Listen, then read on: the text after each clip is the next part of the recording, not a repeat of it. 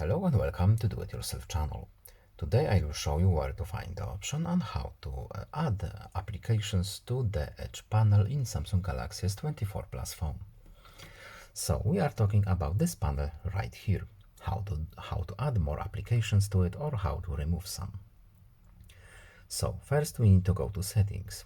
Then in settings we need to go to display options menu.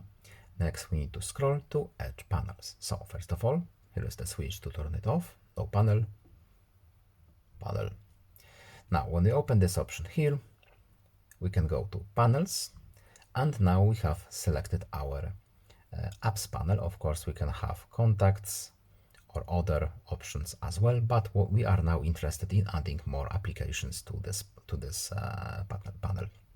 So we need to tap the edit option, and now to add more to the side panel we can simply tap it once and it will appear in at the side.